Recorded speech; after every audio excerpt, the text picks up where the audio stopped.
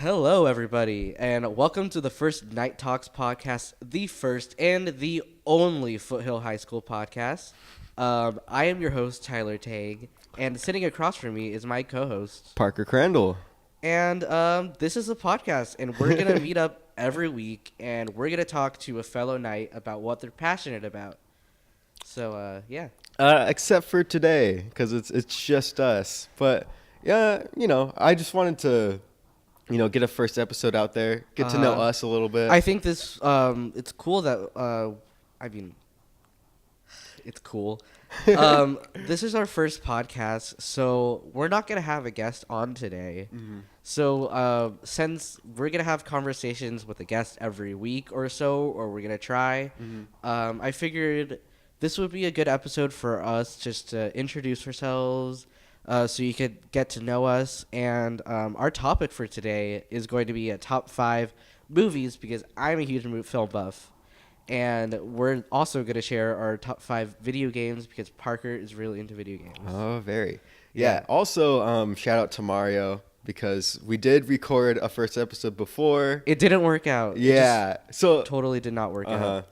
But he was great in the first episode, but I guess something got lost, so we had to redo it. Yeah. Sometimes just things happens. thing just happens. Okay. Yeah. I mean, it's extra practice, so I think we're going to be pretty well prepared for this one. I think this is the third time we try to attempt this. So yeah, third time's the charm. Yeah. If you we'll see how it goes. You can probably still tell, but I'm like really sick. So yeah, I missed the first one.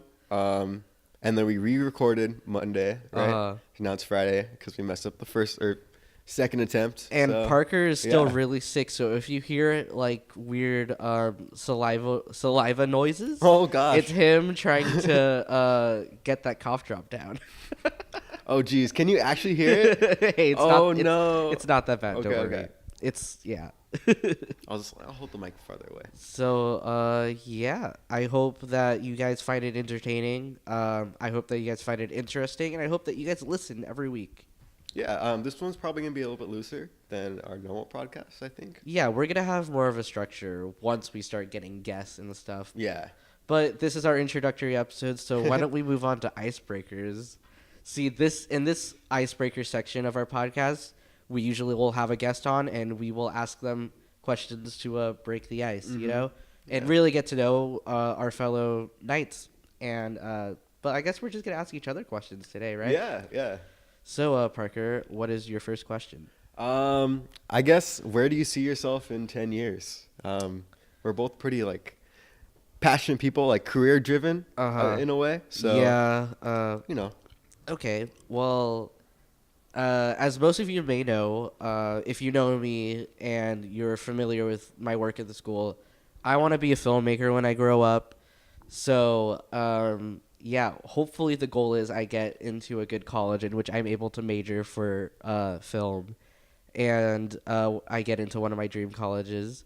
And after that, I'm going to try to intern, and I'm going to try to work my way up to the top, basically. I really want to be a director.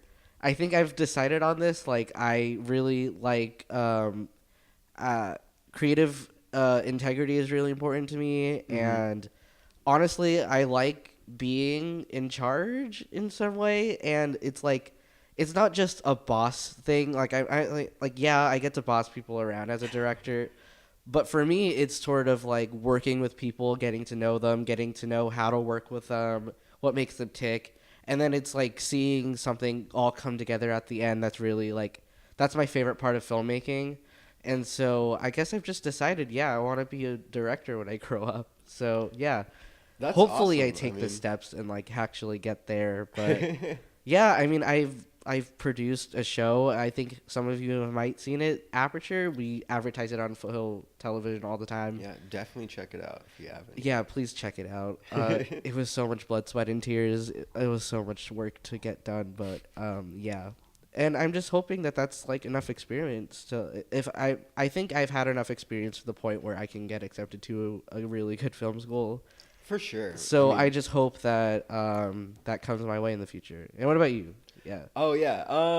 I'm definitely more games driven. So I think As a career, I think I definitely want to be a lead game designer by the end of my life. I always kind of aspire. I really want to head my own studio and start producing stuff, but just like from a day-to-day basis, I love video games. I love seeing them, like how they work. I want to be in the industry and like be able to create my own stuff. So it's more about the craft, I think, and my own kind of creative ideas. I think game design specifically is something I really respect. Like being able to give the player something that's very entertaining and engaging, and like kind of conveying things through game design or through like mechanics and stuff like that. That's definitely like what I really want to do. See, too, we're very two creative driven people. But what exact like area of game design? Like, there's like, you could be you could go more into graphics or you could go more into coding, but and then you could also be like a director. Like the games still have directors, but like what? So it's kind of they're like animators, they're coders, engineers. Then there's like the game designers. So those people are making mechanics like what do you do? They're kind of skinning the game too. They're making the theme and all that stuff. That's like the heart of the game right there. And that's usually what I'm trying to go for. Yeah. So yeah, more like making levels and making mechanics and giving ideas out there and running them by people. And, studying like. So it is more like being it's a more directorial thing. Yeah. But so that was nice. Do you have you have another question, right? That we both discussed. Okay. Oh yeah. What do you do besides movies or, in my case, games? Like what besides your like main thing? What do you like to? I don't want to be one-dimensional or anything, but like film is like a dominant aspect of like all parts of my life, really. When I'm not making films, I am studying film. When I'm not studying film, I'm watching films for entertainment and pleasure. When I'm not watching films, I'm talking about films with people. So it's like, film I feel like it's a lifestyle for me. But like things outside of film, I guess like I go to Disneyland often. I love going to Disneyland. Yeah. I mean, I ride my bike a lot. I hang out with friends. It's just like, it's just that it's hard to like exactly define myself outside of film because it's so much a part of me. Yeah. So yeah, I feel like I'm always boring whenever I talk to another person about film. And that's sort of why I wanted to start this podcast, because I know that we're both passionate about things. And this gives me an excuse to like yell about movies to someone. Yeah, we spend a lot of time at lunch just like talking about stuff. I feel like everybody gets annoyed like when we do this, but like I don't know, it's just so that's part of the reason why we started this podcast. And like what do you want, like what do you do outside of gaming? Well, because gaming is both like my source of entertainment and your career. Yeah, so it's like the same thing as you. It's the same thing. I can like make excuses whatever to like, oh, I'm studying how this game works or something. Like, I'm trying to make sure I know how the ladder for Hearthstone works, so I'm gonna climb for like another Obviously, hour. So it's research. Yeah. But I guess outside of that, it's I read a lot of comic books. I watch movies. I guess I'm not as much of a cinephile as Tyler, but I'm trying to get there eventually. Oh yeah, trying to build my palette. Maybe you will get better, but the more this podcast progresses, because I know I'm probably going to make you, probably going to force you to watch something. Yeah, I mean we're still doing our Oscar predictions. Is it too late? Let's not talk about it. Oh yeah, okay. Spoilers. It's not Sorry too about late. that. Okay. We can do it next week. Yeah, I'm Actually, down. next week's probably the best time to do it. I can watch those movies this weekend. You just need to watch La La Land and Moonlight. I think those are the two things that are most important.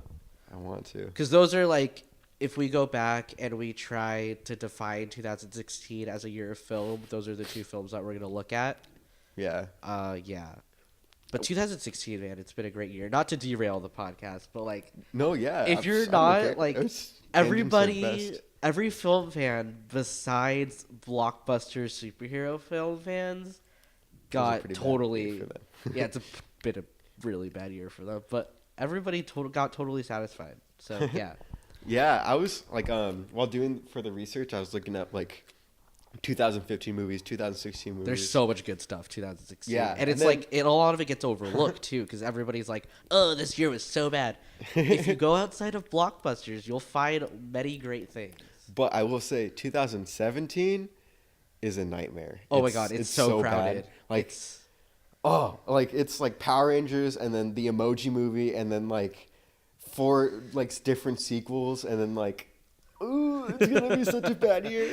You know what's even worse though? 2018, there's a blockbuster basically every weekend. Really? So how is any movie gonna make any money? I don't know. Like I'm just kind of worried, but yeah. You want to move on to our topic? Yeah. You know what? I think so. So I have a list of my top 5 video games and movies, and so does Parker. Mm-hmm. And I guess we're gonna do video games first because I feel like we're gonna talk a lot less about video games because I kind of fell out of video games, and I really regret this. I wish I had more time to play video games.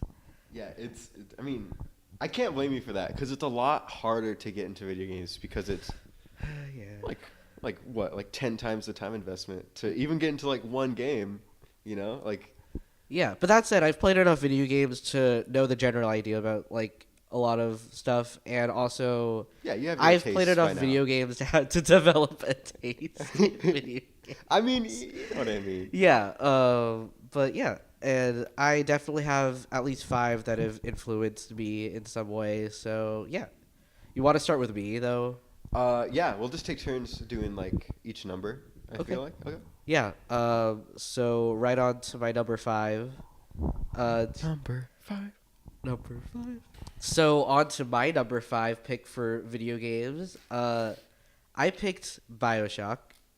Yeah, that's a great pick. Man, yeah, I didn't expect it. I would have totally thought Infinite would be number 5. See, no, I still love Infinite. But I think if you really compare them down, I think BioShock is just objectively a better game. Better. Yeah. Because while I love Infinite and I love the story and the characters, they're so compelling. I think BioShock is just there's so much there's so much like artistry in BioShock in the way it tells the story because it's all through exploration, not a lot of cutscenes. Like if you played BioShock and you just rushed through it, you're not gonna get every single plot element, and it's gonna be much of a looser story. But if you really go see, the thing I love about this game is that there's so much exploration. There's really good world building in BioShock, and I think the world building is excellent. I think even better than Infinite at sometimes, just because of like the historical context of that kind of stuff is really fulfilling to like know. Yeah, and I love the economic like and social like the commentary stuff. Like BioShock is one of the first games I played that showed me that video games could be intellectual and could tell really great, compelling stories on the same level of movies. Because if you really think about it, like a story like BioShock could be written in a book, it could be written in a film, and it's just really cool to me that it's in a video game, and this is like an original thing for a video game. So yeah, so I picked BioShock because of that, and also because not only is like the concept of it and the story is like excellent, but it's also like really fun to play. It is. I feel like it's more fun than Infinite in some ways. I just feel like there's deeper gameplay mechanics. Way more items. Just like different ways to play. That game was really. I was really stressed out for a lot of it too because there are times where the game gets like genuinely scary. Oh my gosh. So yeah. Okay, if you didn't know, BioShock is about an underwater capitalist city called Rapture, and we are playing in the game after the collapse of this city and exploring the depths of the city and like uncovering little secrets about it. And I just feel like there's a lot to the story, and the way you discover it is like what makes the story so worthwhile in BioShock. Yeah. And I just feel like, and then I feel like the morality system in BioShock is also really compelling as well, because you have the little sisters, right?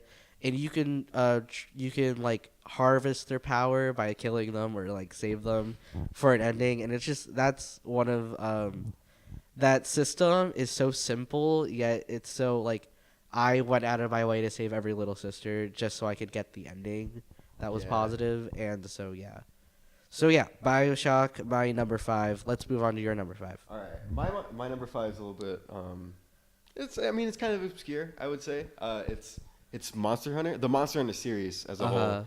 I guess if you really care, I think 3 is probably my favorite. Yeah. But yeah. Anyways, yeah, Monster Hunter is basically like you fight monsters. That's all you do is you hunt monsters. Like, and it's pure like gameplay joy, I would say. Like it's just pure adrenaline like all the time. Like there's really no story. There's like dialogue, but people hate it because it gets in the way of fighting monsters. Like, right, yeah. You just fight these gigantic they have to be, some of them go up to like 10 times your size as your character. It looks really exciting and like really intense, like watching gameplay of this, because you were so small. You're fighting monsters like really like 10 times your size or so, and like it looks crazy. I want to like get into this, but I know it's gonna be lots of time. Like it's very time consuming. Yeah, and I'm kind of worried, but like it looks fun. Like it looks like something I would enjoy playing. Yeah, I mean the thing is like even if you play like you just fight like a couple monsters, I feel like it's worth it because there's so much. The game's about grinding most of the time. Like you're usually trying to fight the same monsters over and over again to get like their body parts and armor and stuff, but by the time you fought them for the 5th time, there's so much like depth they put into each monster that you're like dodging with them, and you know all their moves, all their weaknesses, what they eat, where they sleep. Like you've dated this monster for like something like an hour or something. It's so, I don't know, it's so but it gratifying. looks so rewarding. It like is. when you finally get down to killing the monster at the end.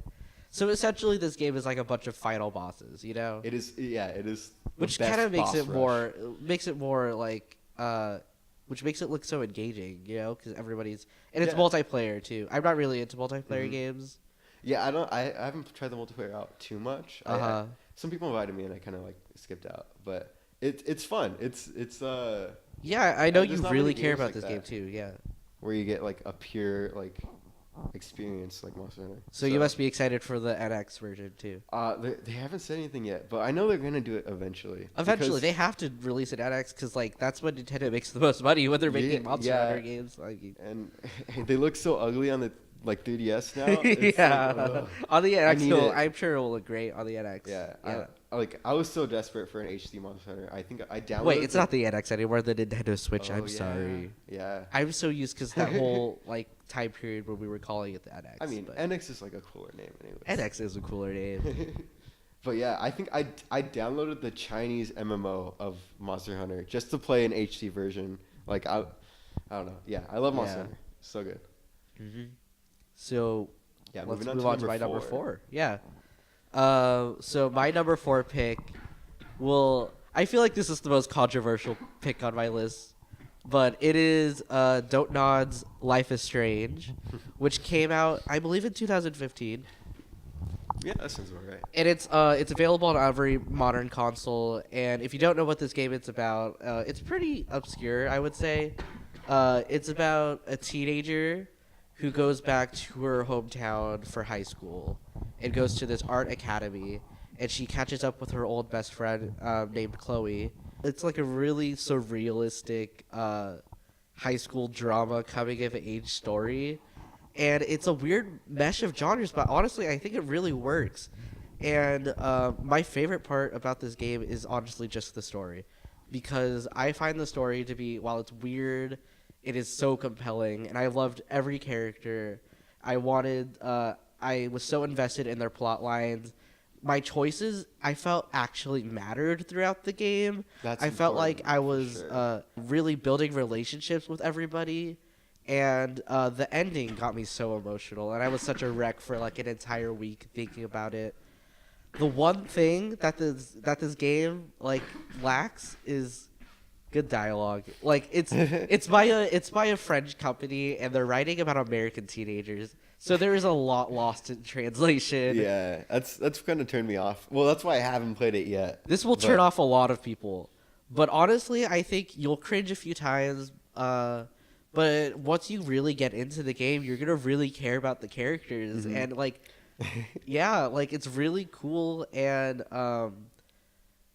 this isn't like the first like choose your own adventure like point and click game I've ever played, but it's definitely one that gave me a good enough experience to put me on my top 5 list, and it was very emotional for me and important to me for a lot of reasons, because she is a teenage photographer, so I saw a lot of myself in her, especially going through going through classes and just really getting into the culture of high school. It is something that I feel like everybody will find something in. Like I really, yeah. And the soundtrack, I didn't mention this last time. The soundtrack is incredible. It is like it's the moody indie music, but it's like it's so well done. It's so well chosen, and every track that plays with the scenes, they always fit and they always work well to like their best ability. And they have like copyrighted, like they have licensed tracks too, so it's like it really works. I love this game. I think I gave it to you on Steam, and you haven't played it yet. No, I haven't. But yeah, I really want to now, because I just finished like Wolf Among Us, and I'm really craving another kind of like Telltale-esque game, and I think You have the first episode, so I think you should just try it out. Because I think it's already on my desktop. I just need to like click it. yeah, So. and I know it's not something that you would usually play, and it's not something that you would like, but like sometimes like things are different. Like it took. No, yeah, I try to try out everything. It like, took an adjustment for get my me. I hands on. remember the first episode I came out of it, and I was like, I don't really know how to Mm-hmm. feel, but I felt like the more I played it, and especially after like the second or third episode, I was really into it. That's what I heard. Like Yeah.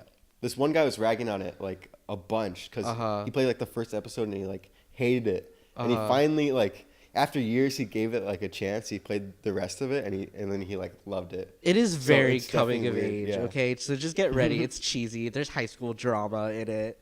But it's honestly kind of fun too. Yeah. Because this is like, yeah, it's so reminiscent of just growing up, and it's like so reminiscent of like old high school dramas, and like it honestly reminds me of Twin Peaks, like David Lynch's Twin Peaks, because it's so surrealistic and also very coming of age as well. So yeah. Yeah, I can get down with that. I'll try it out. Yeah, please try it out. Oh my god, maybe we could talk about it on an upcoming episode. That would be That'd be cool sweet. too. And because we'd be getting people into this game that's relatively obscure. Yeah, I would Yeah. say so. So yeah. So want to move on to your number 4? Oh yeah, mine is. I'm sure many people from Foothill already know about this game. Oh, yeah. But I don't know. I would say my love goes a little bit deeper. But it's Binding of Isaac. I'm sure every teacher Activist. hates this I game. know. Yeah.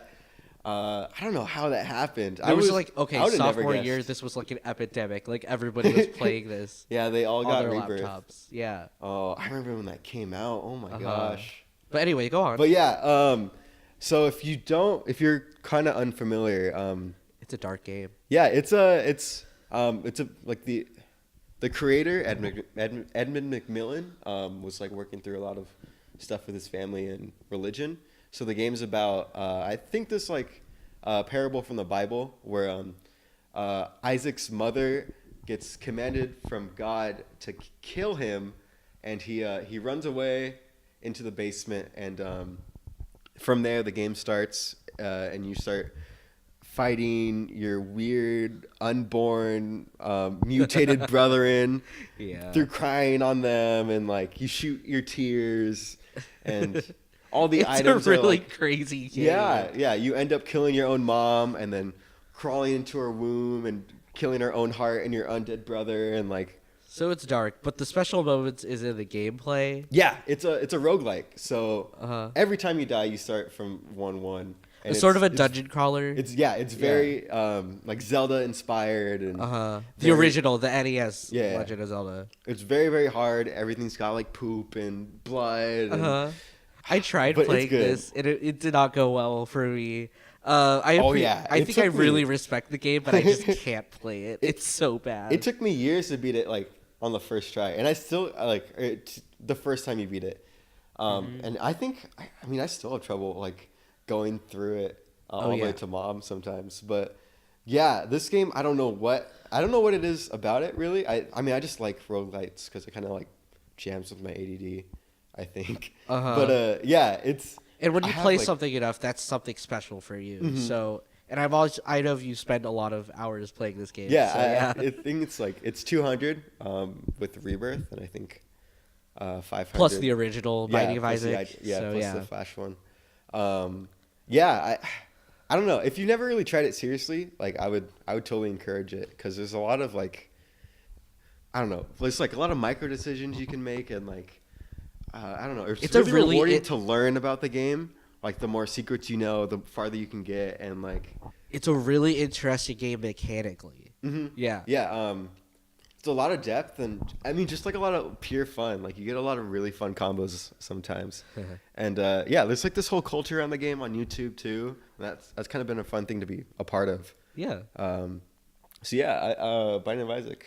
It looks fun. You should try it out if you haven't. I did try it out. Maybe I'll try it out again, but I failed miserably the first time, and I've been so embarrassed I've never picked it up since. Oh yeah, no, I can't blame you. Roguelites roguelites in general are pretty brutal. I think it's a very hard genre to get into, and it's pretty niche, honestly. So going on to my number 4, I have Telltale Games' The Walking Dead. This game is very important to me, and it's. That tells you how much I love the next two, because this game I've played.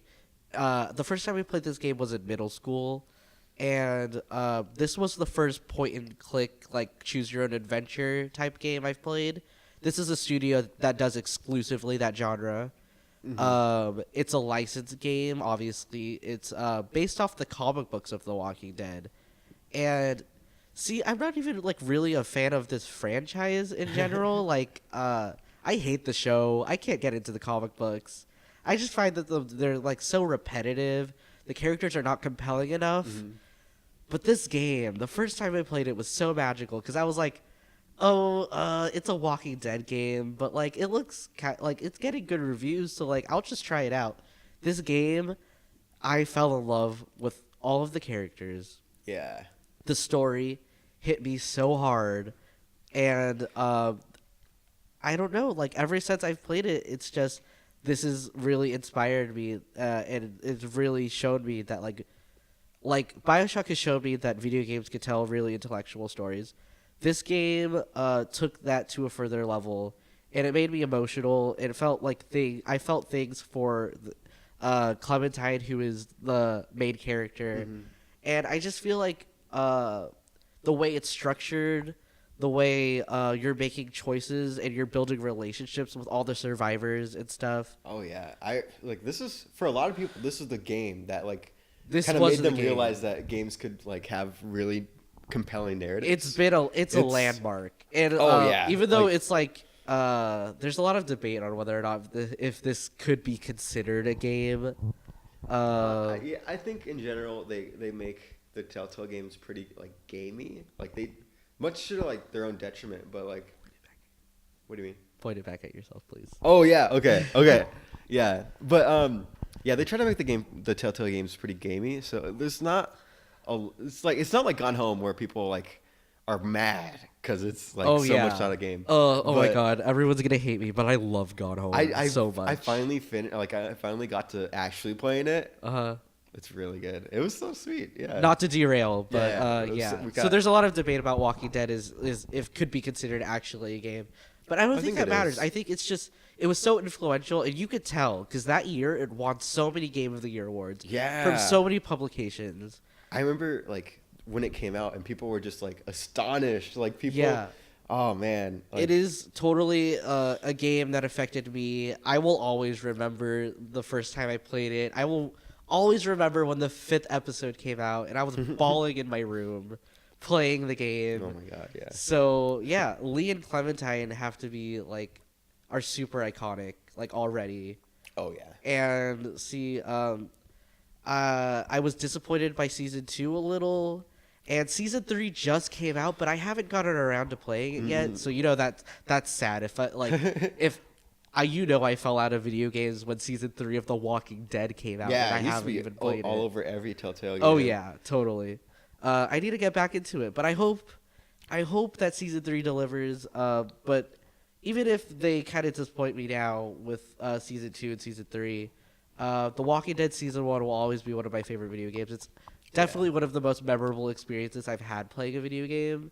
And again, I just really love the episodic content, like the episodic feel to it. Like it really, like I loved making theories, like going to websites and like talking about the episodes with other people. So that sense of community that the game like builds is also why I love it too. So yeah, The Walking Dead is my pick for number 3.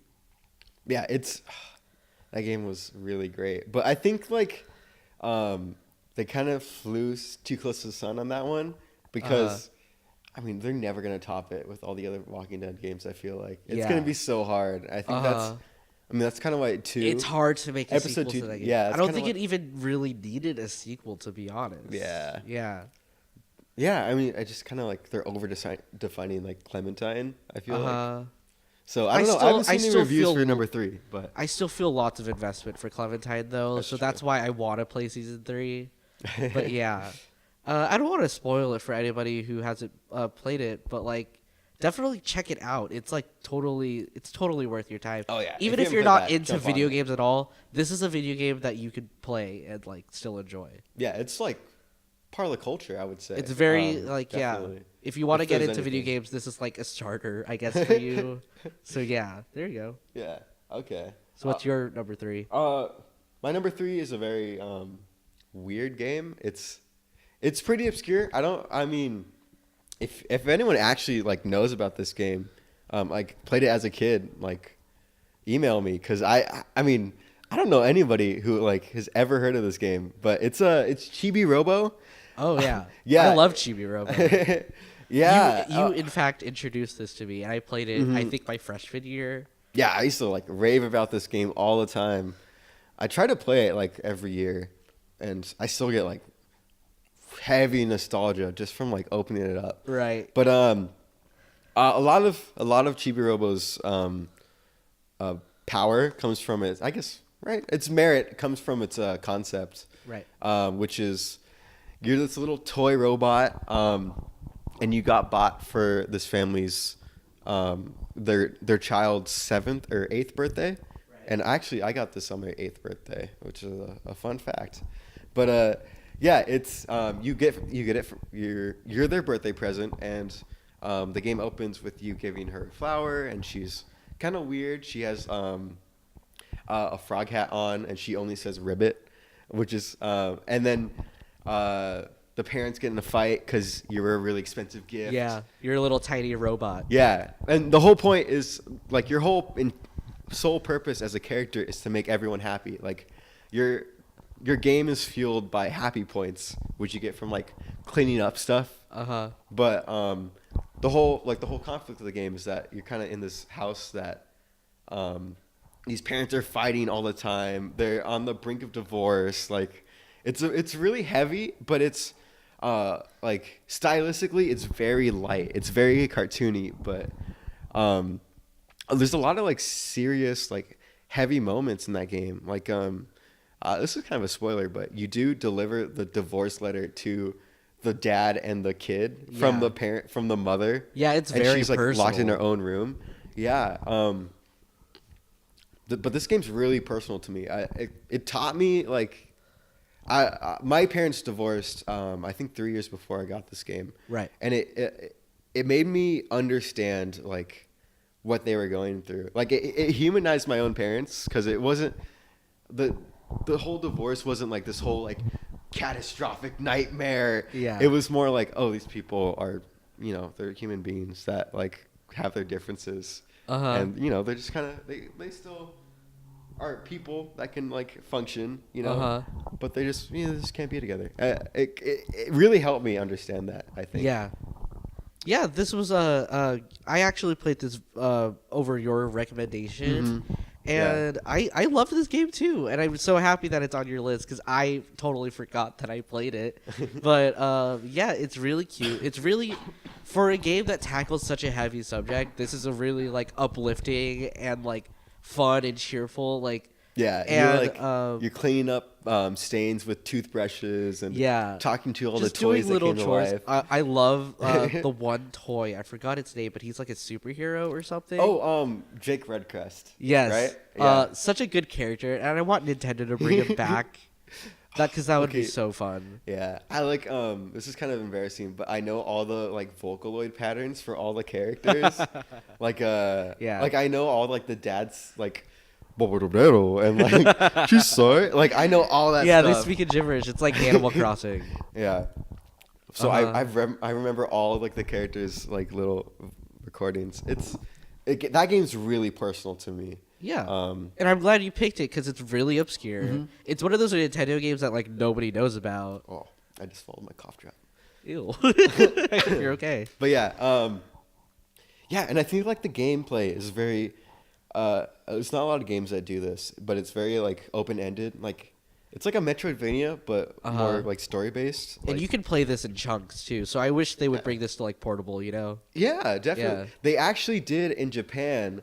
They made a sequel where the little girl's all grown up, and she's like in like a flat, like a rinky-dinky flat with her like child, and she's like a single mother. And so you're doing it for the child. Yeah, and you sat to like sift through gold, like dust to find gold and stuff. What was this on like the Game Boy or? It was a DS game. I have it. I went to Japan and bought it, and then I lost it. Oh, but I'm playing like an English translation now, and it's even heavier than the first game. But yeah, they kind of like Nintendo kind of ran it into the ground with all the like crappy sequels. Something, Zip/Bash or whatever. Yeah, Nintendo. If you're listening, Nintendo, we want a good Chibi Robo sequel, please. On the 3DS, it wouldn't be that hard. No. Or the Nintendo Switch. I mean, I've lost all hope. They've like literally said if like that platforming game didn't do well, they're never gonna make a Chibi Robo game. It's like Paper Mario. Yeah. I mean, I've come to terms with it, honestly. Yeah, okay. Well, speaking of Nintendo, though, we can move on to my number 2. Oh, yeah. Which is The Legend of Zelda, The Wind Waker. This is such a great choice, man. If we had like a top 10, this would definitely be on mine. Yeah, if we had a combined top 10, that would probably be on yours, too. Because this is a game that's very important to me. Legend of Zelda as a franchise is very important to me. But I picked this game in particular because... I just love everything about it. The sense of adventure you get when you're sailing through the sea. The art style, which people... when this came out, people hated the art style. Blows my mind. But yeah, it's so good now. It's cartoony, but like while you have this like cartoony character, like the story is still like there's enough story there to feel like a lot of emotion. Oh yeah, if Link Between Worlds, like, is that the right one? Yeah, Link Between Worlds didn't exist, this would be like the best Zelda game. Yeah, I would totally agree. So, there's so this is the Zelda game where you're on a boat. So there's like a lot of sailing that's involved in this game, and this is one of those first games I played. I was a little kid. I put this on my GameCube, and wow, like. There's such a big world. It's really astonishing. There's a lot of there's a lot of like land to go through. A lot of unique islands to discover. The sense of it, they never really told you where to go throughout this game. that often. Yeah, you kind of have to find it on your map yourself and then go there by yourself. So classic, like this is one of those games that I've had throughout my childhood, and I was like trying to beat it my entire like childhood, and like this is one of those first games the first Zelda game I've beaten, I think, and it was so rewarding, and I don't know, everything about this game is so perfect. And this is a game. The soundtrack is so good. I still like sing it sometimes, just like I can't. It's in my head catch all myself. the time. Yeah, but and this is also a game that I come back to a lot because I find myself replaying this every year, like during summer or something, and man, it never fails to make me like happy. But I haven't played the Wii U version yet, just because. Who owns a Wii U? No. I'm sorry. Yeah, like, but I would really like to, like, I hope they re-release it on the Switch. I mean, I guess it would be excessive if they re-release it on the Switch. Like a double remake? Yeah, like a double remake. But, like, I really... Still, yeah, I get it. Yeah, I really, like, love this game, and I want to revisit it. Maybe in HD this time, but, like, yeah, this is personally, it's one of my favorite games. It got me through a lot, so... Yeah, that's why it's my number 2. Yeah, I have, like, vivid memories of, like, Saturday mornings, like... stealing this game from my aunt and then like playing it at my grandma's and just like sailing and like I could never stop. Yeah, there's so many like sounds and like if my number one from that game, yeah, it's like if my number one didn't exist, this would totally be the movie, the game that I take on on an island with me and just like, you know, go crazy. What about your number 2 though? Okay, my number 2 is okay. If you know me, you've definitely heard me mention this a lot, but it's The Witcher 3. Oh God, this game. It's a lot.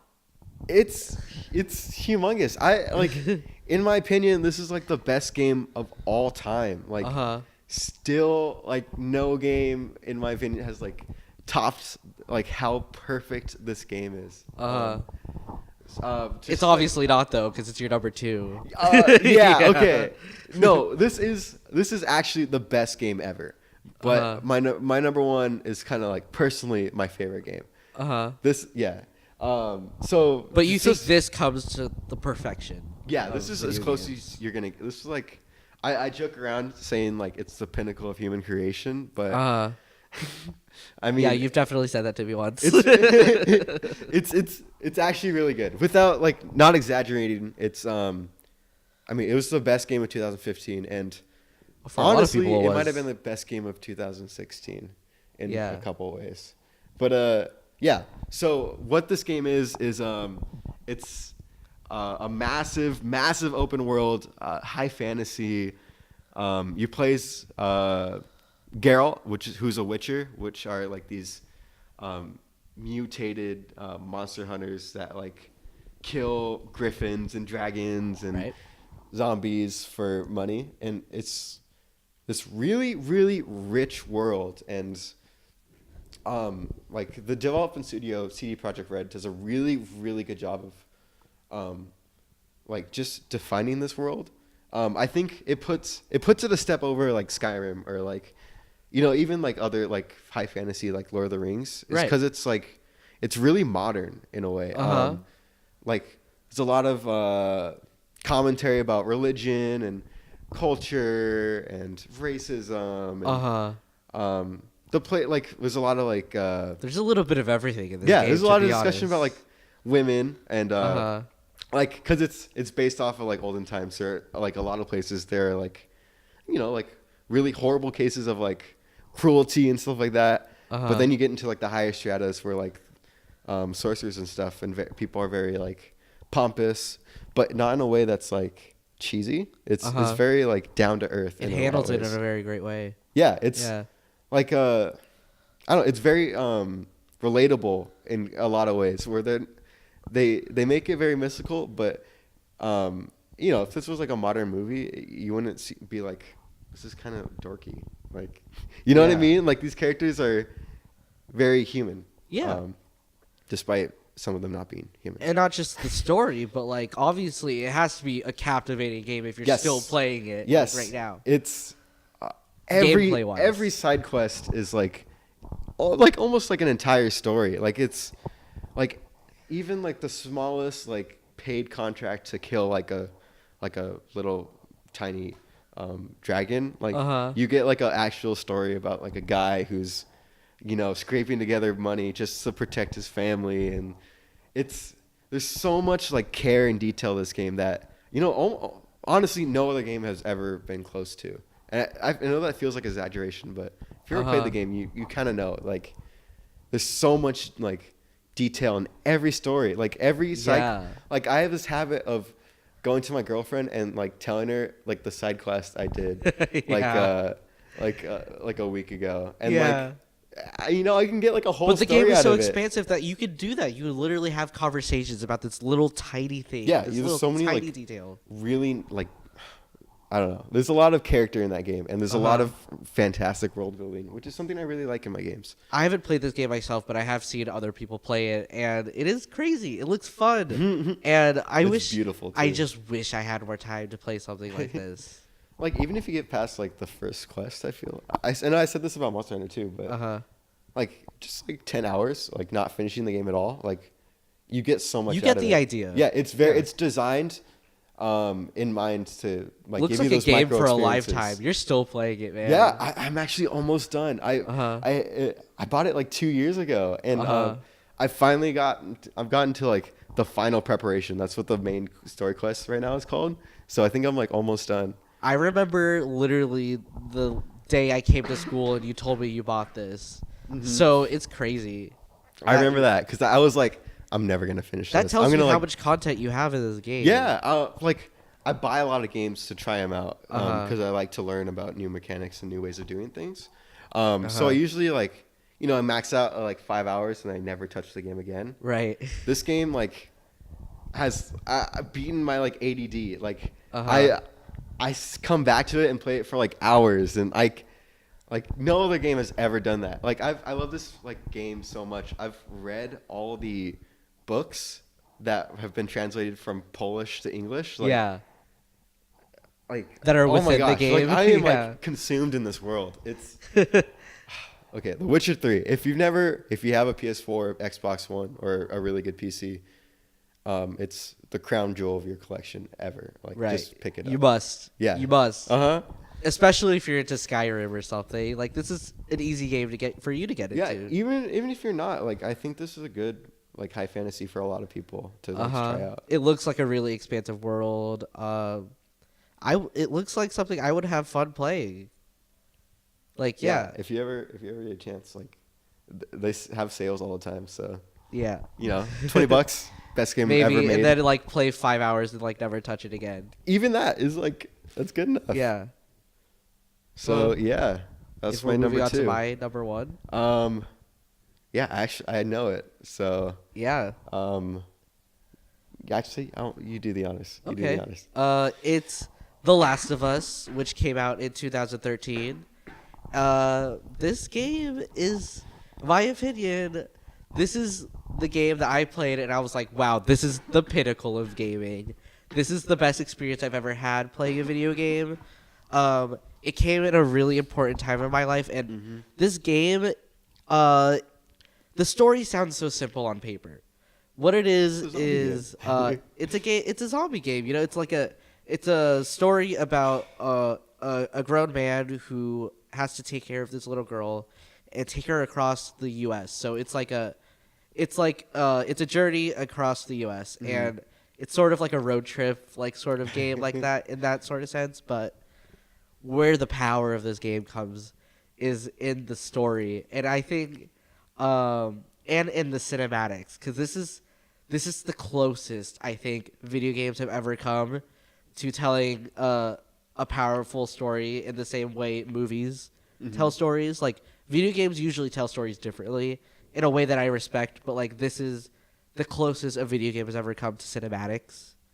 So there's a lot of power in that, and I love especially the main character of Ellie. She's the little girl, and there's something special about her, and that's why she has to get transferred to the across the United States. But I really relate to her character. There's a lot in her emotional journey that's important to me. And when I was playing this game, it came out at a really important time in my life. Like this was a transitional phase for me because I was graduating from middle school, going on to high school. Yeah. I haven't met Parker yet. No, but I remember you talking about this game a lot. Yeah, because it was really like this touched me on a lot of levels, and Ellie's character being so relatable really was part of that. And going on to that, when they released the DLC, we found out even more about Ellie, and it helped me get through like some of my own self-discovery and stuff. So, The Last of Us and The Last of Us Left Behind, the DLC. I honestly, in my opinion, this is like the best gaming experience I've ever had. This is the pinnacle of gaming for me. Joel and Ellie are already so iconic as video game characters, and I'm so excited to revisit these characters because they're making a sequel. Yeah. And a movie. Is that still happening? I think the movie is canceled. It's like in okay. production hell or something. Because they said they had it. It's good. I don't want them to make a movie because the game is already cinematic enough. Mm-hmm. And I feel like if you played on easy mode and stuff, like The Last of Us is an accessible game to those who don't usually play video games. Yeah, I mean, I hear it's pretty hard, but yeah, I if would you played agree. on easy mode, though, like That's true. Yeah. I mean, I hear like some people say like you can probably just watch like a clip of all of the cutscenes and it'd still be like a really good movie, which is the story is so compelling. And it's so well written. It's so well structured. There's so much maturity in the way they tell the story too. It's like, which you don't normally find in video games. Yeah, especially no. during that time. I could write an analysis paper, like a film analysis paper, except it's about a video game. Yeah. On The Last of Us, and it has changed. It has changed me as a person, I believe. But you need to play this because you have a PS4 now. Oh my god, yeah, I've been trying to get to it. After I finish The Witcher and all the DLC. You could play it for free. I could literally let you borrow my PSN account because I had this. I have the remastered version because my stepbrother has a PS4, and so occasionally he comes, and I purchased remastered digitally. Nice. Just cause I was like I'm loving this game and I had to experience it on the PS4, and I guess PS4 is probably the best way to play it. Yeah, I mean I'm gonna buy it eventually. I can't like video games and also not play. But in the meantime, you can borrow it from me. Yeah. Yeah. I can't. This is one I've slept on for a while now. Please, this is kind of please embarrassing. Get to it. I'm begging you. Yeah. So moving on to my number one. So Chibi Robo helped me through my parents' divorce, and I just spent a couple minutes talking about how The Witcher is the best game ever made. So, I mean, my number one is very personally important to me. It's Fez. Which is by the wonderful Phil Fish. Yeah, which is kind of the part of why I like it in a lot of ways. It's a Metroidvania. It's a very exploration-driven puzzle game about you're a 2D character in a three-dimensional world, and you're rotating your environments that are made out of pixels. So you're always getting a new perspective of something, and it helps with traversal and all this stuff. And it was one of the first games that I came up with, or that I found that had environmental storytelling. There was a lot of there's a whole language, a whole subculture. There's a lot of very, very beautiful and lush environments made from pixel art. I personally think it's some of the best pixel art you could ever get. Yeah, the game looks stunning. Yes, yeah, and there's a lot of massive structures that kind of tell their own story in a lot of ways. Which is something as a kid I was awestruck by. That I felt like I was actually digging into this unfamiliar new world, and it was a very rewarding personally transformative experience for me. All made by one person too. Yeah, it's very an artistic vision, a singular artist. Oh, sorry. Yeah. Why were you typing? He was tapping the microphone too. If you don't know Parker in real life, he does a lot of like hand gestures. Yeah, I'm very fidgety when he talks. So yeah, I'm sorry if you can hear it. It's okay. We'll get better at this. But go on. But yeah, it's a very artistic game because it's so singular in its vision. It's minimalist. Very Phil Fish in a lot of ways. It's like you could totally see his creative vision. Say what you want about Phil Fish. I think Fez is very intellectual. Yeah. Oh yeah, for sure. Although he is a weird dude. Yeah, it kind of taught me that like games could be artistic expression. Like they could be very expressive of the person who made them, which is something This is something that you want to do in your own video games. You know? Yeah, this is why I want to be a game developer, is because of Fez. Yeah, and I think like what happened to Phil Fish was a very like cautionary tale to me, and it kind of like woke me up to like what I'm gonna have to deal with, and I kind of came to accept that.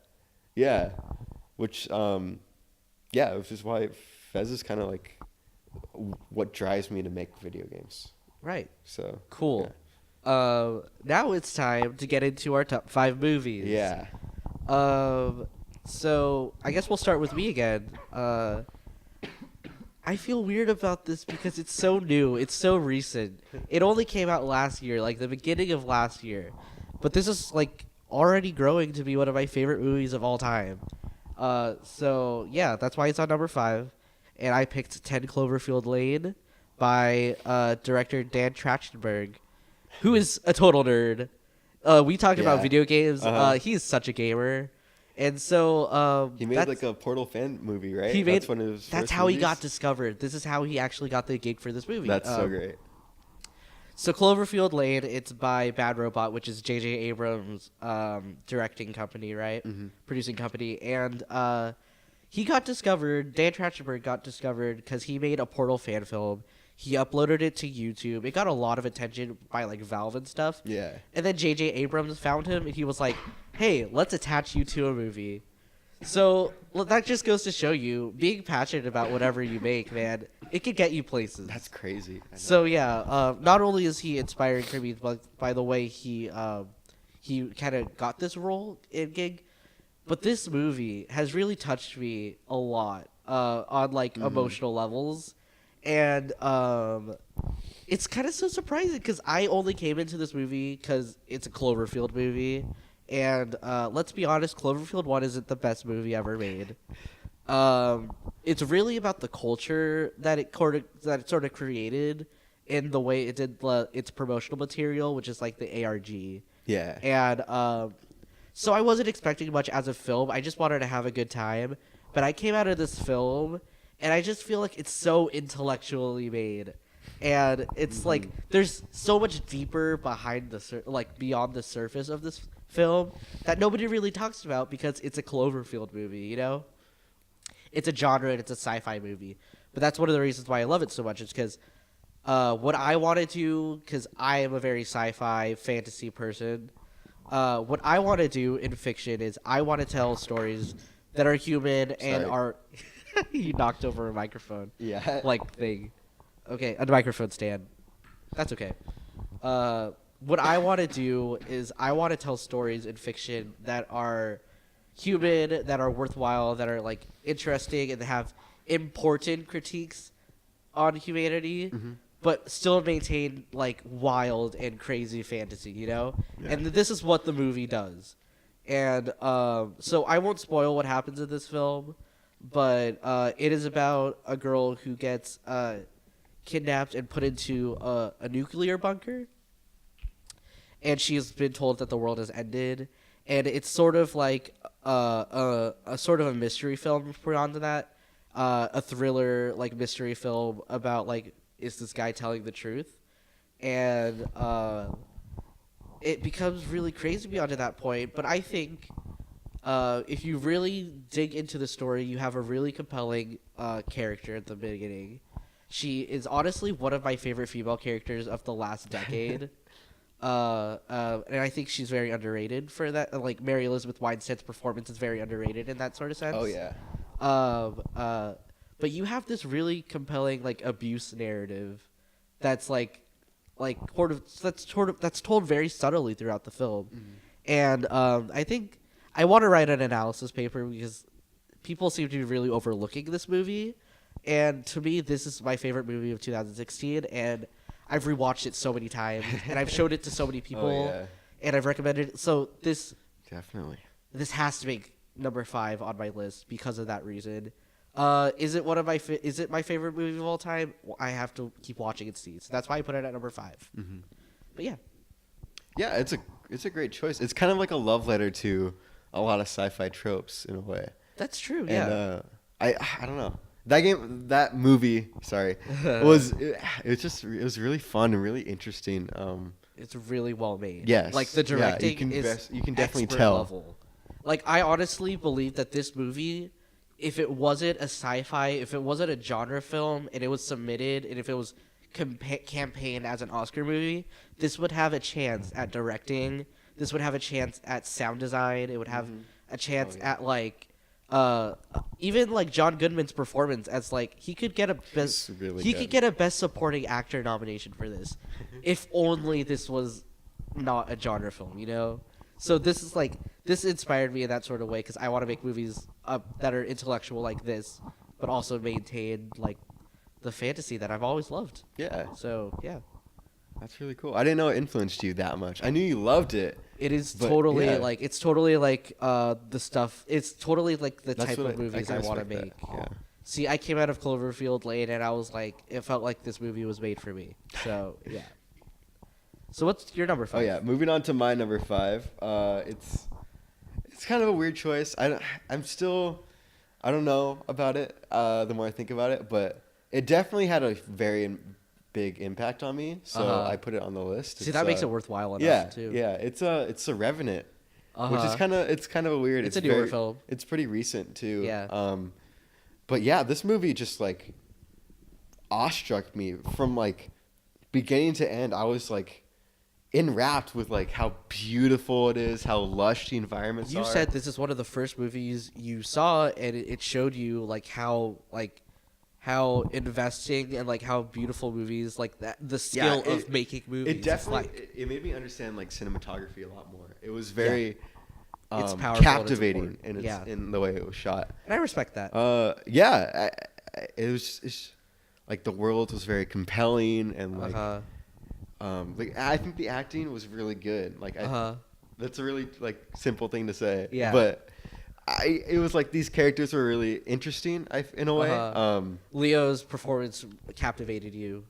Like, yeah. I mean, not even like that a lot, but like just everyone, like how they performed. It was very subtle, but it was it kind of brought up the intensity of the movie, and I think that was what really like grabbed my attention more than anything else. Like it was very physical in what they were doing, and that you don't really see that very often. Like the way he would like pet his son, you know what I mean. But the way like Leo was like sleeping with his son, or like the way Tom Hardy was like walking. It's just that's true. It was very engaging, and I that kind of like.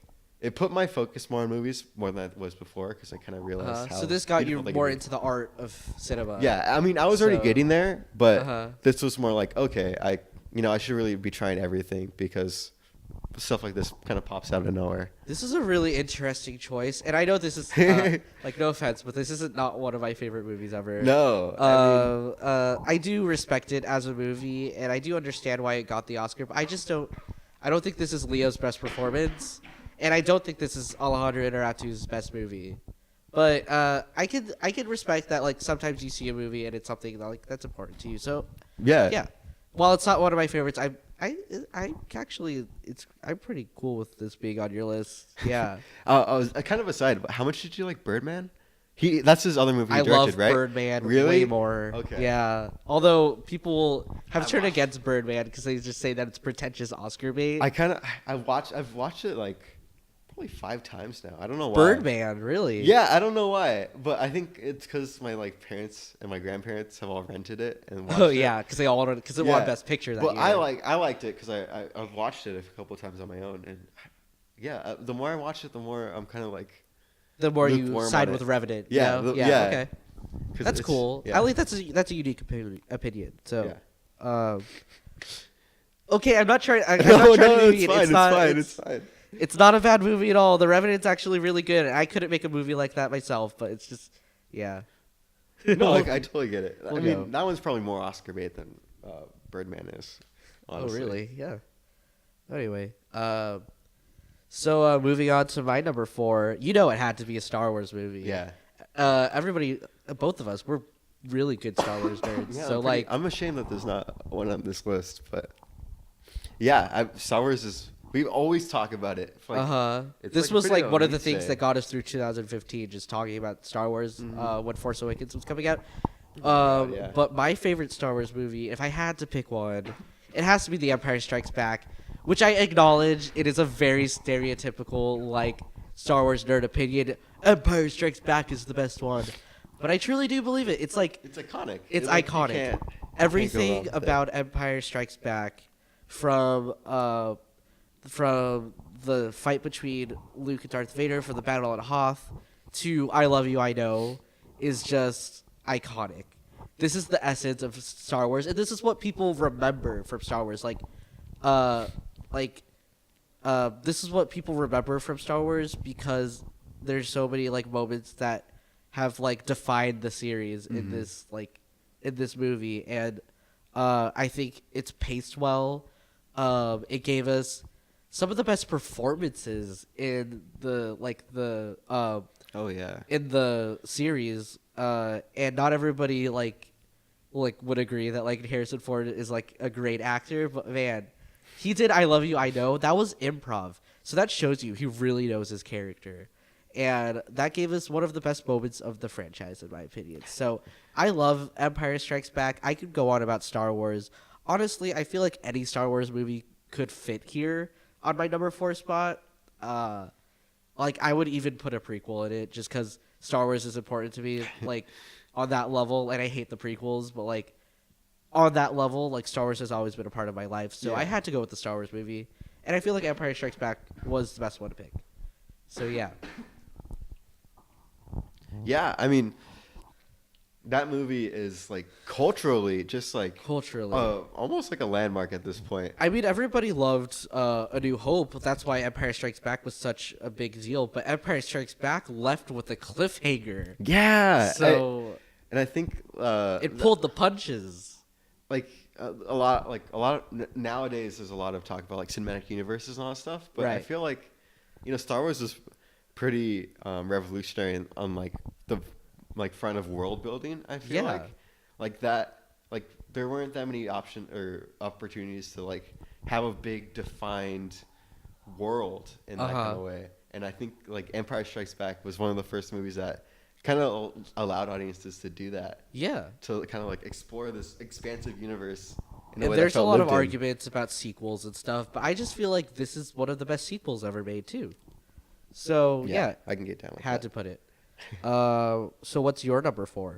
My number 4 is Nightcrawler. A good one. Yeah, God, I love this movie. It's I don't watch thrillers that often. But I recommended this to you. I don't know. I was following this movie before it came out. And I kind of always wanted to watch it, but I just never got around to it. But once I finally did, this movie was amazing. It's intense. Jake Gyllenhaal is one of my favorite actors. It's and so is Riz well Ahmed. performed. He totally deserved the Oscar for this, but he didn't even get nominated that year, which I thought was criminal. That was crazy. So yeah, this was 2014 or so. Yeah, this was one of the first times I felt like tension just through like very subtle moments. You told me this almost gave you an aneurysm or something. Yeah, it's so like it gives me chills sometimes just like watching him do stuff. And you've rewatched this movie? Oh yeah, Yeah. yeah. I think all these movies I've rewatched at least twice. All right. Which is yeah, that's a good sign. But yeah, Nightcrawler is it's so intense. Even though like the concept on paper is a little bit mundane. It's simplistic. Yeah, it's just But movies don't it's need about to be crime, complex like, sometimes. shooting crimes. Yeah. Yeah. But just the way it's performed, the way it kind of describes the environment that it's portraying is very intense, and it just the way it captures it in cinematography, it's a very cool very shots in that immersive movie. Yeah. I mean, I think that like was one of the first times I've really felt that. So although I do love this movie, I can't rewatch this movie. I love this movie so much, but I can't bring myself to do it because it stresses me out too much. And the ending really got me the first time, so I'm really scared to like rewatch this again and like see. But I think I will. But like, yeah, this is a movie that I've seen maybe like twice. I usually rewatch movies a lot if I love them, but yeah, I've kind of held back on this one. But I do love it, and I think this is honestly Jake Gyllenhaal's best performance ever. Yeah, it takes a lot for me to watch something that's really tense. So the fact that I like this movie is says something. Yeah, it says something. Yeah. But yeah, what's your number 2? I forgot, so I'm kind of really curious. We're moving on to number 3 actually. Oh yeah. That was number 4. Oh my gosh. Yeah, that was number 4. Did you accidentally read it? No. I lost. I'm losing track. Okay. That's all. Well, my number 3 is Whiplash, which is directed by Damien Chazelle. Yes. Who is a big name in Hollywood right now. Crazy man. He's only done 2 movies. I loved La La Land. La La Land is also very important to me, but I picked Whiplash over that because I feel like Whiplash came at a more important time in my life right now. And so Whiplash came out I believe my sophomore year. And I always loved movies, but I didn't really think I could pursue it as a passion. And I didn't have a lot of self-confidence in myself. And so when I saw Whiplash, I was trying to get myself back into movies to really decide if this is what I wanted to do. And everybody was talking about this jazz drum movie. And so I thought, yeah, I'll try it out and I'll see what it is. But I did not expect to be affected by this movie so much. It is so powerful because it is so relatable. Yeah. The themes in this movie are like incredible. It manages to be such an optimistic movie while being so realistic and dark and gritty because you're really getting into this like abusive relationship between a teacher and a student. And downright, man, like this gives me a lot of hope. It's very creatively like motivating, I would say. Like, and I feel like if you're an artist, this is a movie that you will relate to. It will resonate with you in any way. Yeah, even if you're just like passionate about something, it's just like it doesn't matter what you're passionate about. It digs into it like a lot, and it makes it kind of okay just to like love something so much it hurts in a way, like because he dedicates all his time to it. He goes through this like painful relationship. Just Andrew to, like, Neiman, the main character, be the best. Like drum solo, which is a very music. And I think like we can all kind of get down with that in a way. Yeah, we've all been there. Yeah. Like this, we've all have been in this situation, and so Whiplash is powerful to me. I will not spoil the ending, but the ending is one of the best endings I've ever seen in cinema. It's so perfect. And I've rewatched Whiplash maybe around 10 times now, more than 10 probably. Just because I find it so electric and I love it so much. So yeah, that's my number 3 pick. Yeah. Yeah, this movie. Yeah, Whiplash, like, it affected my life in a lot of ways. I would have put. I think I got you to see this too. Yeah. Yeah. And then my like music teacher saw it, and it like, I don't know. He was a very like motivating figure in my life. And we stuck to this weird regiment where we would he would wake me up at 5 o'clock in the morning and then drive me to his house for us to practice guitar and like drums and all that stuff. I just keep practicing. And then and then I would drive to school and then he would drive me back and we would practice after school too. And like it was like in that way, it really showed like how if you're really dedicated to your craft, you can kind of excel in it, and as long as you're willing to sacrifice a part of you. It's a powerful movie. In Yeah, that regard. and I kind of like lived through this like weird I don't know, guitar lesson Yeah. that was inspired by this movie. So this movie has a lot of personal. But I hope he wasn't as mean as J.K. Simmons. No. Yeah. No. He's a cool, like, chill guy. So, yeah, this movie has a personal stake with me, but I didn't put it on this list. Well, that's cool. Yeah. So what's your number 3? My number 3 is... Oh, shoot. What did I write? How did I know this? Oh, my gosh. What the heck? Gosh, what happened? Oh, yeah, right. Oh, my gosh. I know this. It's Guardians of the Galaxy. There you go. I put Gar, and I was like, Gar- Garden what? What? Yeah, it's Guardians of the Galaxy. Yeah.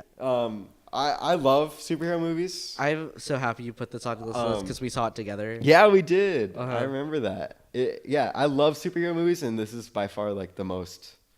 This is the best one in my opinion. This is totally the best one, just on a level. It's got so much character. Yeah. I think they had so much to work with because the Guardians of the Galaxy is a pretty obscure IP. Yeah, So, honestly, I feel like if you say that you knew what Guardians of the Galaxy was before this movie, I assume that you're lying because no one knew. They were pretty cool. Yeah. They have some pretty cool runs, but yeah, I didn't know about them before this movie. Uh-huh. But it gave them a chance to inject a lot of character into what this movie was. I think more than like something like the Winter Soldier did, where they're kind of like just copying. Well, they're not copying, but they're like basing off of like a Jason Bourne movie. Yeah. But this one's just like it's so unique in its personal. style. Yeah, it's personal in a You way. could totally feel James Gunn's influence in this movie, and that the same can't be said about every Marvel movie because they all feel a little samey at sometimes. But Guardians of the Galaxy is so unique and so defined. Yeah. Yeah. And it was it's such a fun movie. It's got a lot of really good bits in it, in my opinion. It jived really well with like what I want in my movies and like what I thought was funny. So it just This is the pinnacle of blockbusters for me. yeah. This one was like it came out of left field too because I totally thought it was gonna suck. We all thought this was gonna suck. We were actually scared on the way of seeing this movie because we thought it would be really bad. Because we were not impressed by the trailers at all, and they're really goofy. They are really goofy. But we can't mention this movie and not mention the soundtrack. It is incredible. I still listen to it every now and then. It's such a good compilation of music, and I find myself humming to it. And I love this movie so much. I'm surprised I didn't put it on it's my phone case. And this movie is not on my top 5 just simply because I've seen better movies. But but yeah, this is a solid choice. And it's my favorite Marvel movie too. And even though superhero movies are going on a downhill lately, like I've been not feeling it as much. Like I could put this movie in and rewatch it and still have fun. Yeah, I've been pretty like all my hype for those movies have died down. I mean, I think it's gonna kick. It might kick back up when Black Panther comes out, but oh yeah, I'll be pumped with Black Panther. I don't know. I'm like, yeah, this movie is still really like exciting just to watch. I think more so than any other like Marvel. It is the most rewatched superhero movie for me, I believe. So yeah. Yeah. Although I'm not too impressed with Guardians of the Galaxy 2. The footage so far, it's making me cringe to be honest. Baby Groot makes me so mad. Oh, because they're totally turning him into like some like toy like thing, just to like sell toys. It's like Hot Topic, like merchandise bait, but who knows? like we thought Guardians of the Galaxy was gonna suck for the trailers. Maybe Guardians of the Galaxy 2 will be really good. Yeah. So I want to keep fingers crossed. I want to be optimistic. That's this year. It is this year. Oh my god, this is crazy because it came out in 2014 and we saw it together and we were talking about would they ever do a sequel? And yeah, maybe when it comes back we'll do a review on it. But yeah, definitely. So we want to move on to my number 2. Yeah, what is? I'm pretty curious. This is Inside Llewyn Davis. It is a Coen Brothers film about a folk singer who is homeless and depressed. Oscar Isaac, right? Yeah, it is played by Oscar Isaac, who's one of my favorite actors. And this is a very important movie to me because I relate to the main character of Llewyn Davis so much. The way I saw myself in a lot of the way he interacted with people, the way he cares about his craft, the way even the way he moves, like the way he maneuvers and he talks to people. Like, wow, this is totally me. And so this is a movie that I not only I relate to, but I feel on a personal level, and I love everything about it. I love the soundtrack, which is all folk music. This might have even got me into folk music a little too. It's a music movie, but it's not quite a musical.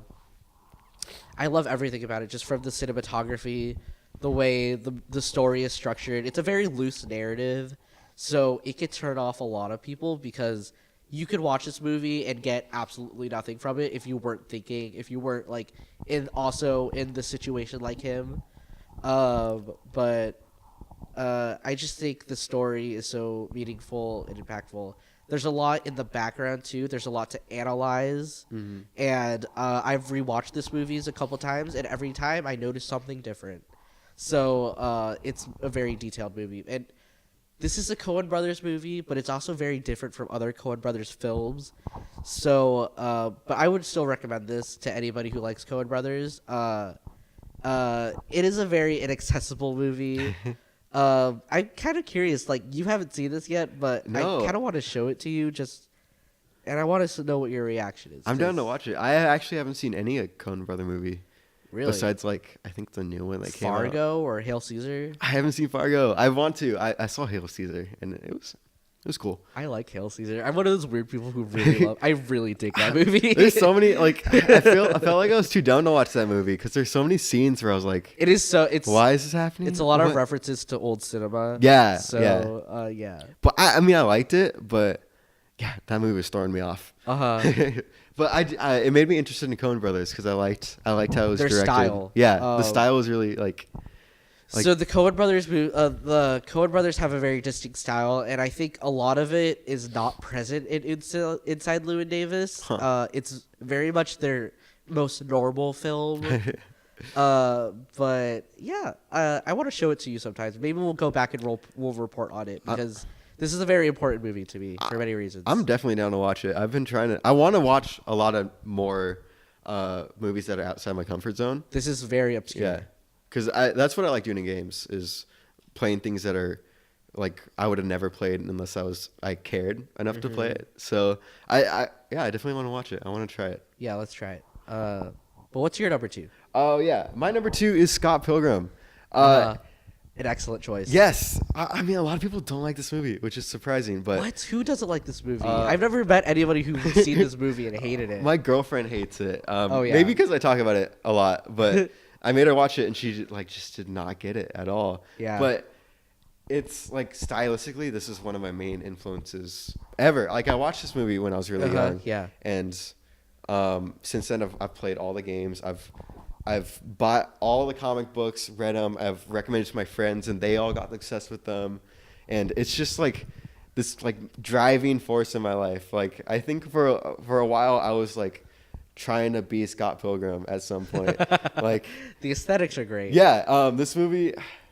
It was my introduction into Edgar Wright, and since then I've watched like I don't think I've actually Cornetto seen trilogy. Yeah, I don't think I've seen The World's Shaun of the End. Dead, but I saw. You've all the seen other the ones. Shaun of the Dead. I have not. What? Because when it came out, I was really scared of zombies, so Whoa. I didn't watch the first one. Okay, you should watch Shaun of the Yeah. Dead. But you've seen The World's End and I love Hot Fuzz. Hot Fuzz is like Hot Fuzz is great. it's one of my favorite movies. Yeah. But back on to Scott Pilgrim. But yeah, I think this one is it's his style, but more toned up. So Yeah. it's a lot. Dial 211. Yes, yes. Spinal Tap. But yeah, it's like it's a lot more video game references. He gets to try a lot of weird, like I love really the sight weird gags. things because a lot of the comic book material is very surreal.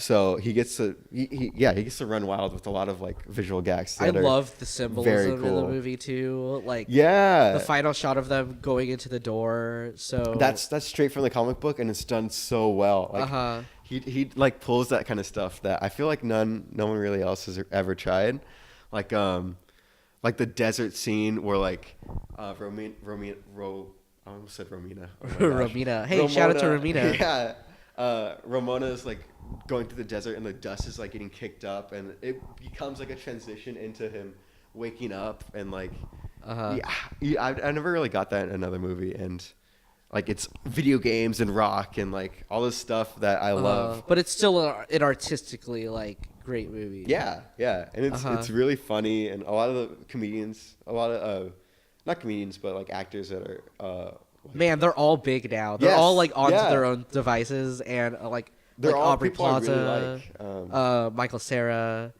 Chris Evans. Mm-hmm. I keep forgetting that he's in this movie. I know, he's it's so funny. weird.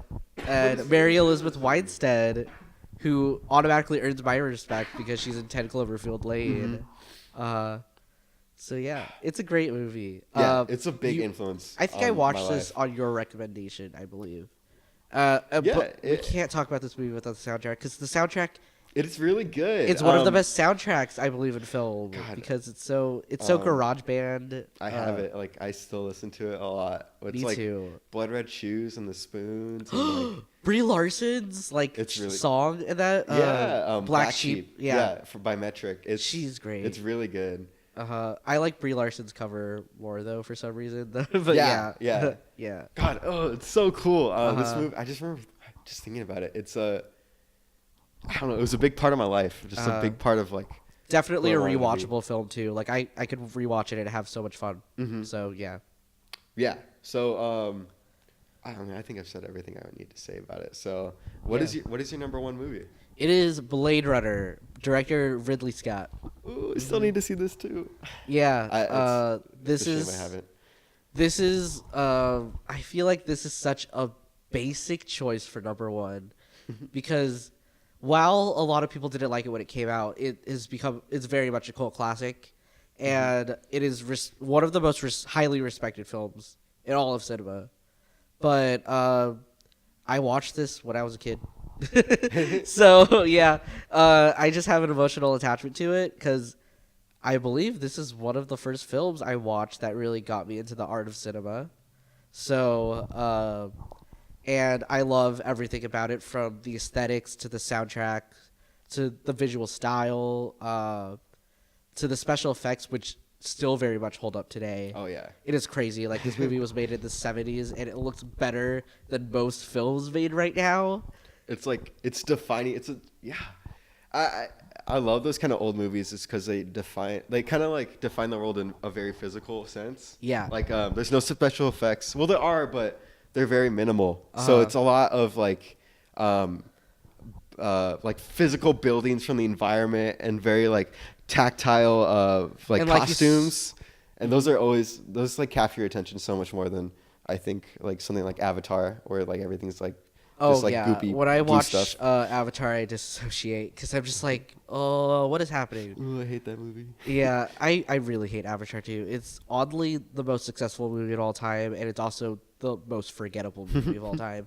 Because name one thing that happened in Avatar other than like the ponytail mating or something. Oh, like, that was so weird. Yeah, it was so weird. But yeah, I love this movie, and I feel like it is such a good commentary. And I said, going back to world building, going back into sci-fi movies that tell human stories, this is the pinnacle of that. I love this movie. There's a lot of interpretations of what this movie is because it's very surrealistic and it's very like it's definitely a movie that you need to analyze. You need to watch more than once.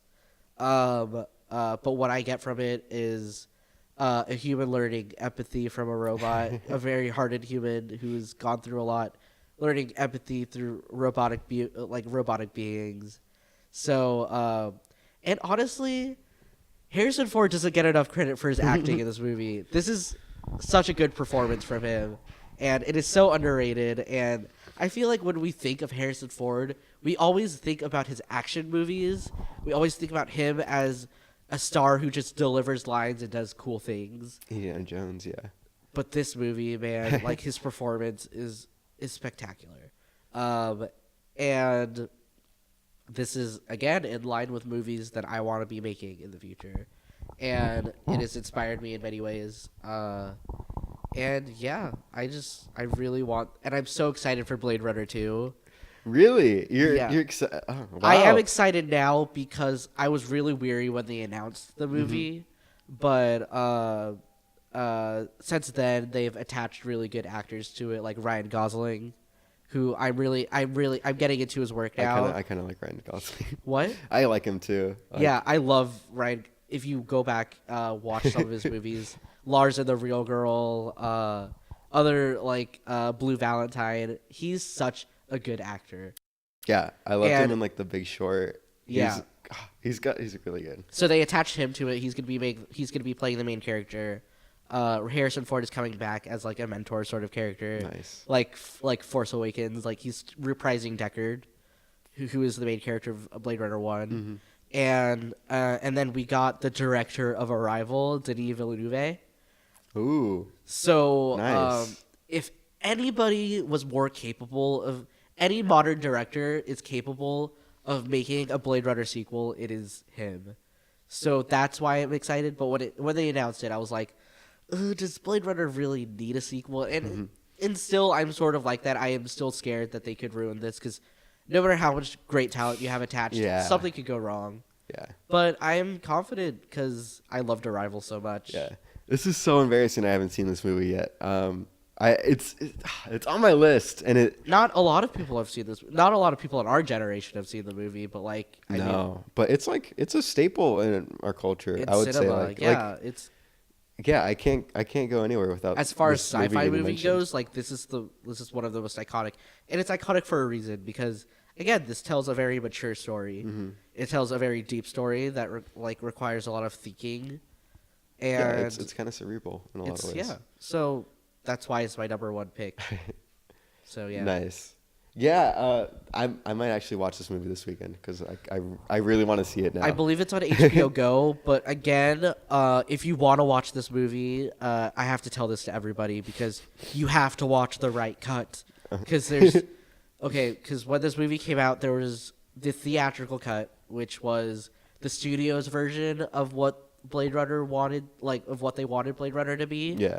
So there's narration because obviously it's a very symbolic and it's not a very you could get lost in the movie. So they don't want to leave anything hanging. Yeah, so they had a narration done by Harrison Ford who was not really into the idea of narrating. And this is why I love Harrison Ford because he does it, but he does it with an attitude. It's not. But so that narration it's not great, to be honest. It's not my favorite cut of the movie, although it is still a good movie. This is not the version you want to be seeing. There's a director's cut by Ridley Scott, which some people prefer, and this is totally what Ridley Scott wanted. This was his vision from start to finish. But Ridley Scott has his own interpretation of what the movie is, and I don't necessarily agree with it because I can't spoil it. But this movie is, in my opinion, I'm not going to spoil it, but in my opinion, Ridley Scott has his own very much, he has his own interpretation of the characters, which I can't agree with. And because I see this movie in my own sort of way, which is also why I'm kind of scared about the sequel. But you have that director's cut, and then finally you have the final cut of the film, which is elements of the director's cut, elements of the theatrical cut put into one film. And in my opinion, that's the best version of the film because it's very, it's kind of unbiased. Because I won't spoil it, but the ending can be interpreted in a lot of ways, and so Ridley Scott has his own that I don't agree with. So the final cut is probably the best way to watch the movie for the first time. So if it's on HBO Go or something, make sure that it's the final cut, not the theatrical cut. It's got to be the theatrical cut. Yeah. The theatrical cut. Oh, jeez. Yeah, because HBO movies, the movies on there are really bad, so I wouldn't be surprised if they got the worst version for some reason. The worst version of Blade Runner. But yeah, why don't you talk about your number one pick? Okay, my number one is Mad Max Fury Road. Oh my Excellent. God, I love this movie. It's stylistically, oh my gosh, okay. stylistically, it sticks with me like throughout everything, like the music, the sets, the cinematography, like the characters, everything is just so captivating to me. It's some of the most striking visuals I've seen in 2015 in like the last few years. It's a phenomenal movie. I love like the craft of movie making. Right. I love like the sets and like all these like very little details and how it's like actually made. This movie takes it back to a very practical level. Like all the cars are so badass and they're so like they're real. Like they're actually real cars. And if you watch behind the scenes, like a lot of these stunts actually happened. A lot of them are real. A lot of the actors risk their lives doing this stuff. It's yeah, and a lot of them it really helps define the story and define this world through these cars, which is like is something I find so cool. And the movie has so much like personality that I feel like is very unique to that movie. Every character has their quirk. It's very insane and very like dramatic. Suicide Squad wants to be. I mean, there's a guy in a red leotard that has a giant chrome guitar that shoots fire. Tooth Warrior. Oh my god, he's so cool. Yeah. But like everything it's very dramatic.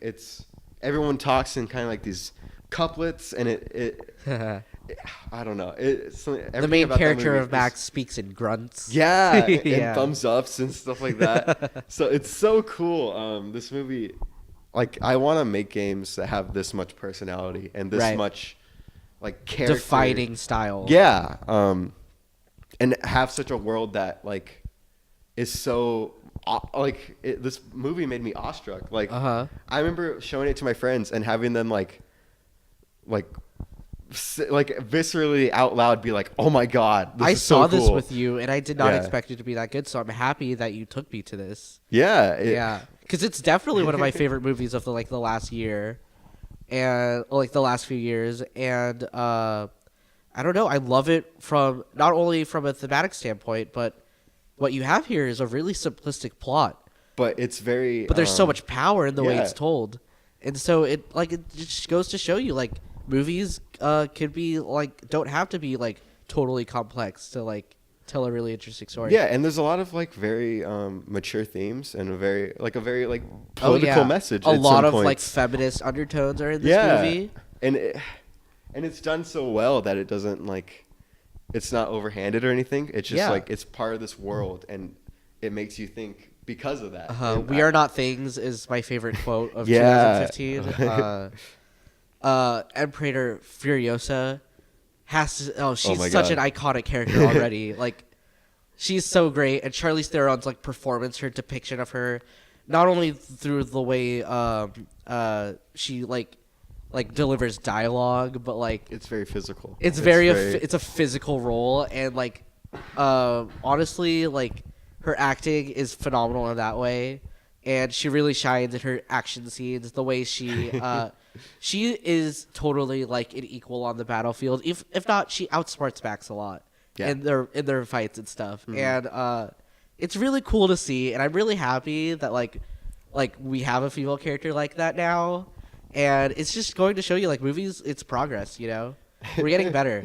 And a lot of people turned on this movie for that reason, and I just feel like that's so idiotic. Yeah, that was really weird. Especially because, like, you know, you could like, brain dead watch this movie and you would never notice. Yeah. I feel like. This is literally, this is a masterpiece of cinema. Not nitpicky. Yeah, not only is it for casual audience members, but, like, there's some true artistic merit to this film. Definitely. Yeah, so also shout out to the person whoever wrote the names of all the characters because they're all really weird. They're all really weird and really cool. Like I know like the little baby guy, his name's like Toast or something. Yeah. I all those like weird details that Cheeto, which is one of the wives. Yeah. Immortan Joe, that's such a cool name, even though it makes like no sense. Yeah. Like, every detail is just so I don't know. I hear like movie. this is one of the best sequels ever made. Hi, Mr. Price just came on for a little bit, but I haven't gone back to like check out the other Mad Max movies. Okay. I haven't gone back to check out the other Mad Max movies, but like I hear like this was like more artistically like this was like better than the originals for some reason. The other ones for are a very, lot of like, people. aesthetically weird, but Yeah. I would like to go back and watch them. But I definitely want to see I'm Planet happy that you Rome. put this on your number one. Yeah, Yeah. I still watch this movie all the time, and like Uh-huh. I crave it sometimes. I just need to watch it. Uh-huh. So Yeah. yeah, I mean we made it. We did Yeah, it. that's our top 5 video games and top 5 movies of all time, which was, let me tell you, movies was so difficult to pick. Yeah, games was like it was pretty hard for me. Yeah. There's so many things in like, Well, my games head is that more I need to, like, straightforward love. for me because I don't have that many games that have touched me that much. So like that was, but man, it was so hard. Like like when you were talking about some of your top 5 movies, I like found myself like, oh, why did I pick that? Yeah, I did the same Yeah, thing. I It was- like yeah. Whiplash and Uh-huh. oof. But yeah, this has been a really good conversation. Is there anything else you would like to add? Like, do you have any honorary mentions? Or Oh geez, I probably have some, and I'm like totally forgetting them on the spot. But in terms of video games, Dishonored for sure. Journey is a very good game. Proteus is that was something that I don't think a lot of people like, and I mean it's I reasonable loved why. Proteus. I played But it. yeah, it was a very interesting like It's so experience for me. relaxing, yeah. And that I kind of love. Also Hearthstone, extremely. I don't know. That game is a love of mine, and it's not perfect all the time, but it's something I can always come back to, and I always think about. As in terms of game design, that game always like, I always start thinking about it, and always like I always love to design my own cards, and creatively it's a very fun thing to do. So. I want to give a shout out to some of recent movies. I didn't put these on the list because they're so recent. Like Cloverfield was the exception. Like all of the other ones like have come out like not this year or last year, but Arrival, great. We talked about. Still need to see that. Yeah, it's excellent. Amy Adams. Again, it's another sci-fi movie which tells a really great story that is human and like thematically interesting. La La Land, which I want to shout out because I've been obsessed with it lately. I can't put it on my top 5 though, just because it only came out a few months ago. And so that's how I feel about it. Maybe it even surpasses Whiplash. I don't know. I still have to go see it sometime. But I love musicals. And Moonlight, also really great. Yeah. So Moonlight is also like just really important on a level of like representation because if you really think about it, we don't really have a movie like this because you can't really name that many movies with like a black like homosexual protagonist. So really cool to see that. Really awesome. And honestly, the cast in that movie, they're all great. Like Trevante Rhodes is probably like, I want him to be like the next movie star because he's so likable and he's such a good actor and he's so attractive too. So like he totally fits the bill for modern movie stars. And those are all the ones I wanted to show out from 2016 because I couldn't morally put them on my list. And we're not doing a top 10 of 2016 video just because I don't want to do too many of these top 10 lists. Yeah, that's not really what we're going to be about. So that's kind of like, I'm cool with not doing that. So Well, I mean we're nearing the end of the show, but remember. Oh wait, I do want to. I forgot. I do want to start like shouting something out. I want to give people something weird and something they haven't tried before. Every podcast, I'm gonna try to. Yeah. So this is our end slate. Yeah. So we're gonna shout out like things that like you want to check out or something. That might be in your interest. So Parker, you got one? I want to shout out Comedy Bang Bang. If you're listening to this, you know what a podcast is at this point, right? And maybe if you ever want something to listen to like while you're commuting to school or like doing chores or something like that, Comedy Bang Bang like the best time to listen to podcasts. Yeah, it's my favorite podcast. It is the best podcast. It is so funny. It is so. It's funny in a way that there aren't that many ways to ever be this kind of funny because it's all improv, alternative comedy, very on the spot, very weird, and like very Right. impromptu in how people act. So it's something that not a lot of people get to try. Not a lot of people are exposed to improv comedy a lot, and this is the best way to get it. Yeah, there's a honestly. lot of like really cool familiar comedians if you're into comedians. Like Mm-hmm. there's a lot of like they always guest star in Comedy Bang Bang. Scott Aukerman is a really great host, and yeah, it's shout out like check that out. Yeah, not a lot of people we know listen to Comedy Bang Bang. So yeah, try it out. At least like watch one episode. They also have an IFC show, which is also very good too. Yeah. That's not everyone's cup of tea, but I personally love I it. love it. It's so weird. It got canceled finally. Yeah, But, unfortunately. yeah. So definitely try that out. It's either so bad it's good, or it's either really good. So you can't go wrong with it. And I would like to shout out my web series because I spent the whole first semester producing a web series that I came up with the concept for, and it is called Aperture.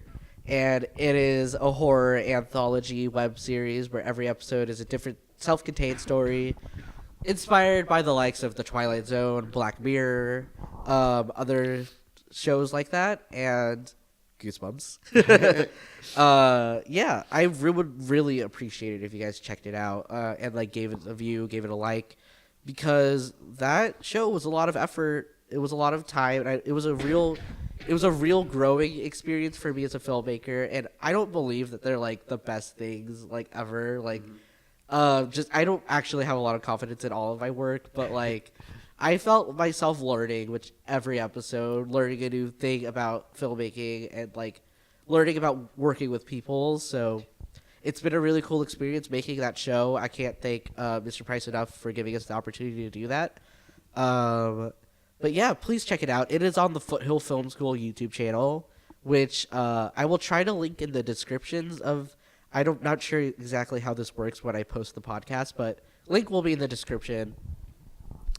Please check it out. And yeah. Yeah. So this has been a very successful first podcast, I Yeah. believe.